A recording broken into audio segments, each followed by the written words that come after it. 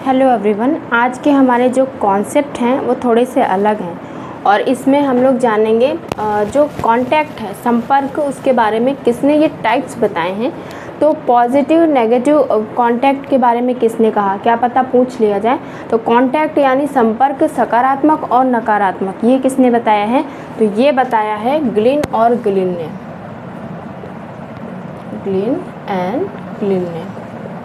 ठीक है, उसके बाद जो दूसरा मेरा कॉन्सेप्ट है उसमें मैंने लिखा है, टाइप ही है, कॉन्सेप्ट तो नहीं है, प्राथमिक और द्वितीयक संपर्क यानी प्राइमरी और सेकेंडरी जो कांटेक्ट है वो किसने बताया है? तो वो भी ग्लिन एंड ग्लिन ने बताया है।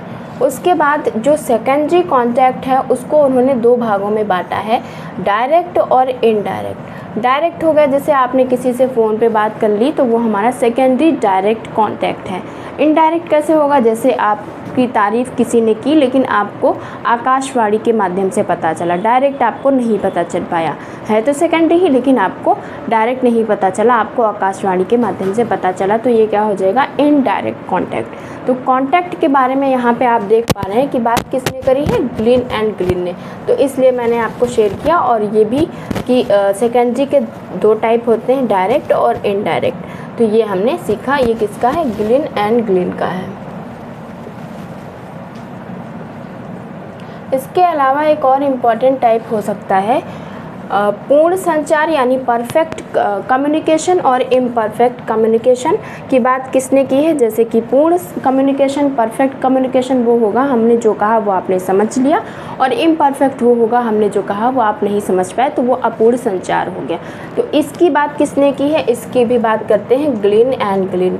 तो हमने आपको इसलिए ये एक पास लिख के बताया कि आपको पता चले कॉन्टैक्ट की बात होगी तो भी ग्लिन ग्लिन होगा, कम्युनिकेशन की बात होगी तो भी ग्लिन ग्लिन होगा, क्योंकि कई बार ये कन्फ्यूज़न हो जाता है, एक ही जैसा रहता है तो समझ नहीं आता संपर्क पूछ रहा है या फिर ये संचार पूछ रहा है। ठीक है, उसके बाद हमने यहाँ पे जो लिखा है वो जागरूकता है यानी अवेयरनेस की बात की है। किसने की है?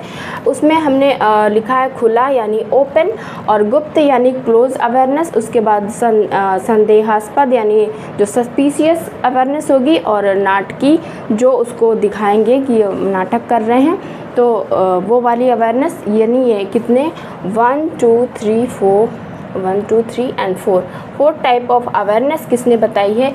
ये काफ़ी इम्पॉर्टेंट है। तो ये है ग्लेनर एंड स्ट्रॉस ने, इन्होंने अवेयरनेस के बारे में बताया है। और खुला अवेयरनेस का मतलब ये है कि जैसे एक टीचर है और एक स्टूडेंट है, तो वो उनको पता है कि हम टीचर हैं और वो हमारा स्टूडेंट है, तो ये ओपन अवेयरनेस हो गई।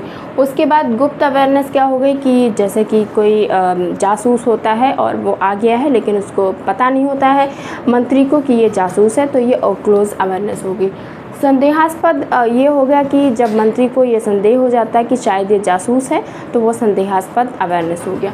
उसके बाद नाटकीय अवेयरनेस वो है जब उसको पता चल जाता है कि ये जासूस है लेकिन वो ऐसा शो करता है कि हमें पता नहीं चला है, तो वो नाटकीय अवेयरनेस होता है। तो इसको ये 4 टाइप किसने बताए हैं? ये बताए हैं ग्लेनर और स्ट्रॉस ने। तो मैंने अलग से मेंशन किया ताकि आपको कोई कन्फ्यूज़न ना हो और कोई भी इसमें दिक्कत ना हो, तो आप इन्हें लर्न कर लीजिएगा, ये बहुत ही काम आएंगे।